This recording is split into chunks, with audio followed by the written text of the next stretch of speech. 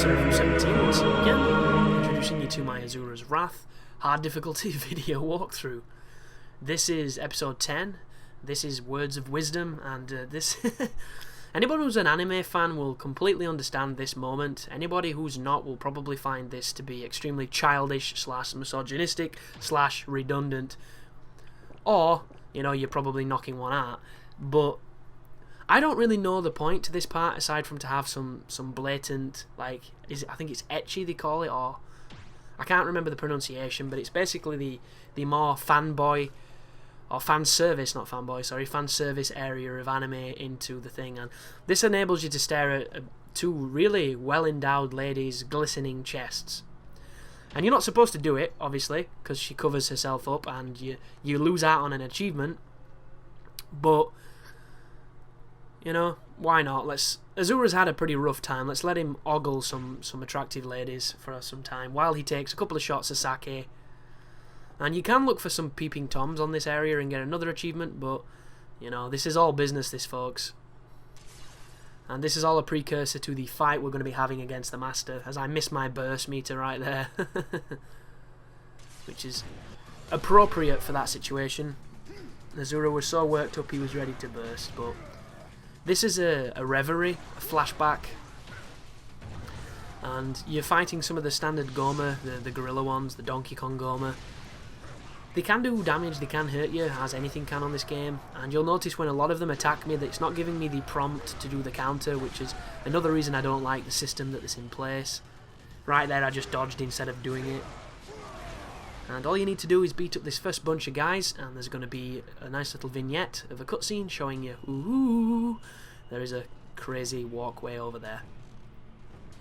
And I believe in this cavern, or this cave, there's going to be a Rhino Goma, and he's the first Rhino Goma we've bumped into. These aren't difficult, but they can do significant damage, so be very careful of the charge. Treat them like the boars in the Duke's Archives. Stupid enemy, easy to kill, can deal some significant damage when you get sloppy. And there's two of them. There's this one here and there's one at the far end of this location.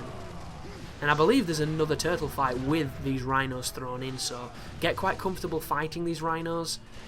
This is actually another bad checkpoint if you die, because you go all the way back to the first Goma fight and you have to come back through here if you die on the next section, which, you know, it falls back into my argument against bad checkpoints not necessarily making a game difficult, they just kind of make a game frustrating. And to kind of pull this full circle to what's happening on my channel right now, I do think the checkpoints are the worst thing about Dark Souls. A lot of people believe that the Souls series wouldn't be the same if they weren't handled that way. But if you think about it, Demon Souls was even crueler than Dark Souls, and the transition from Demons to Dark, they did give you a lot more checkpoints, so who knows? Maybe in the next Soul game, you know, you're going to be able to make your own checkpoint, which is a consumable I wish Dark Souls had. I wish there was, you know, some kind of fancy sword you could get that was like a crystal, and it was a one-time use only thing, and maybe you could only get one per playthrough, but what you did is you stabbed it in the ground and it became a temporary bonfire, so you could put a checkpoint feasibly before the part of the game you hate the most, a la Bed of Chaos, Four Kings, whatever you want it to be. And the reason why I say I want something like this, even though a lot of people believe it's against what the game stands for, is purely when I'm doing challenge runs and I'm doing specific boss things, when I'm messing about with a boss. I hate when I die that I have to run all the way back to it, and it would just be nice to have that convenience. Because a lot of the times in some of these challenge runs you spend more time running back to the boss than you do fighting the boss. Because if you're taking longer than the time it took to get to him, either he's not killing you fast enough or you're not doing your job and killing him fast enough, so it just gets a little bit tedious when you've invested as much time as some people do into Dark Souls to have to go through something you've done so many times. But it's an interesting thing, checkpoints, because Borderlands 2 is another massive criminal for it. Like, Borderlands 2 is probably the easiest game I've ever played. And then I joined Ryan's game, and then I realised Gearbox doesn't know how to make a game hard. All they know is how to scale. That's it. That is literally it. They don't know how to make something challenging legitimately, or take skill. They just know how to make the numbers significantly higher than your numbers so that you insta-die from everything. That's it. And the game is super fun. You're like, how can this game be this much fun? And then you die, and the checkpoint puts you at the back of an area you've just ran through, and then when you start running back to where you got to, all the enemies come back. And if you're in someone else's playthrough and, you know, you're significantly low level, you die again, and you're back at the checkpoint. And it just gets to this point where this really fun game turns into like, how the fuck did this ever get through testing? And I don't understand it. And that's the one thing I'll always hate about Borderlands, in spite of it being such a great game, and that is the fact it is not difficult. There is no challenge, and on your playthrough or at your level, you will perhaps never die. Ever. The only way you'll die is if you're playing your character wrong, or if you're just bad. That is the only times you die.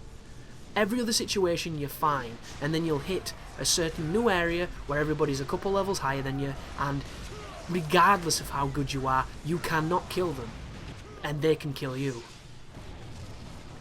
Oh, a little interesting note just there. Did you notice how when he came down, I did a Y and it stunned him, and it allowed me to do the counter move when he was on his belly? I'm not too sure if that's something you want to try and invest in to kill this boss faster than this video, but it seemed really effective just then. Something to bear in mind. Be careful of that move, it does so much damage. Stupid damage.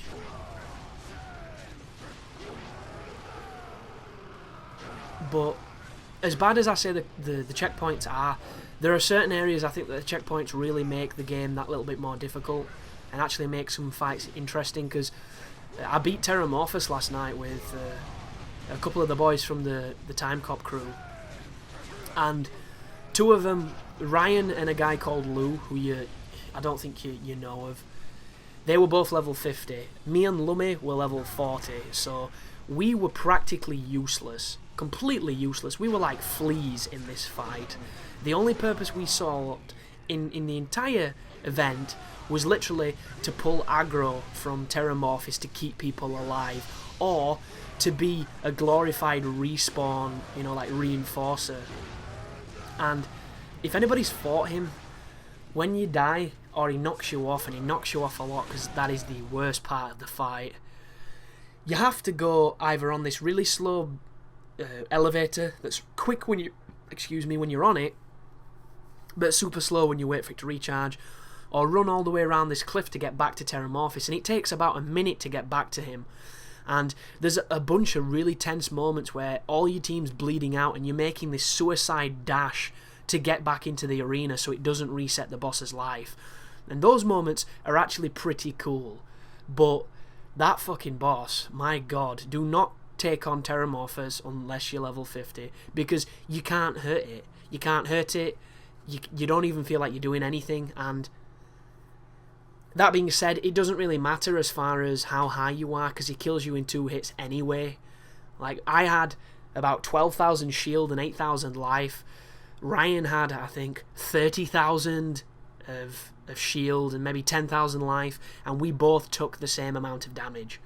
That's how silly that fight is. And I will be getting footage from it for you when I'm a higher level, because we beat him twice last night. The loot drop is pathetic.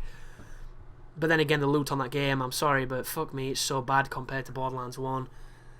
I will be recording a more exciting fight though, and you will see it. But thanks for watching, folks, and you take care now.